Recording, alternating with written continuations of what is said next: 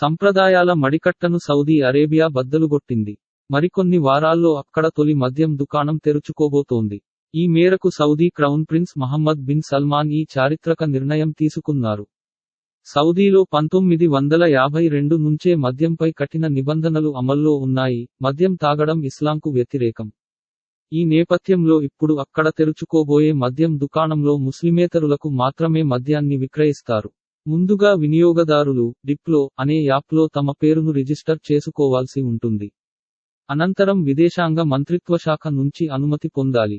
ఆ తర్వాత నెలవారీ కోటాకు అనుగుణంగా మద్యం కొనుగోలు చేసుకోవచ్చు. 21 ఏళ్ల లోపువారిని స్టోర్లోకి అనుమతించరు. ఫోటోగ్రఫీపైనా నిషేధం ఉంది. మద్యం కొనుగోలు చేసే సమయంలో ఫోన్లను కూడా పౌచ్లలో లాక్ చేయాల్సి ఉంటుంది. సౌదీలో మద్యంపై నిషేధం కారణంగా ఇక్కడ ఆల్కహాల్ బ్లాక్ మార్కెట్ కూడా విస్తృతంగా ఉంది.